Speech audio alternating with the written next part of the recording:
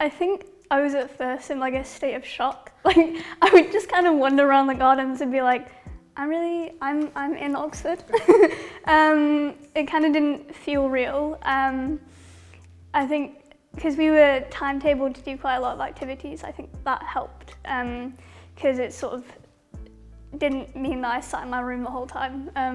Because I think otherwise I kind of would have just sort of remained by myself. But it was nice, and like there was definitely an atmosphere of kind of we're in this together. Like we would all sit together and talk, and yeah.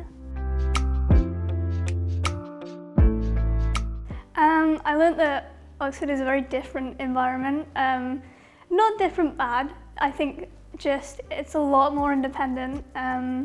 So I think I did a lot of independent work that I didn't think I'd had to do before. I did a lot of learning. There was a lot to catch up on. But it was really interesting as well. Like there was just so many different topics that I never really considered before. Like it is fun, but it is also hard. It's difficult. Not impossibly so, it's not an impossible task, but it does require hard work. And I think it's always good to keep that in mind.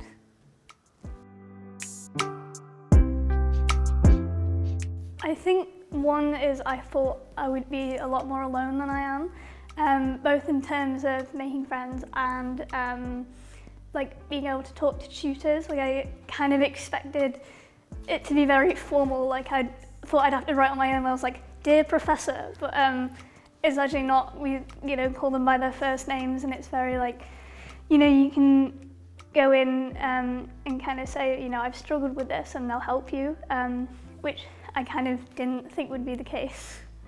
I kind of thought it'd be a lot more uptight. I'm not gonna lie, like when I interviewed, I kind of covered up all my tattoos and things, so I was like, oh no, like, it felt like a job interview in a way. I was kind of like, I can't show that I'm an individual person.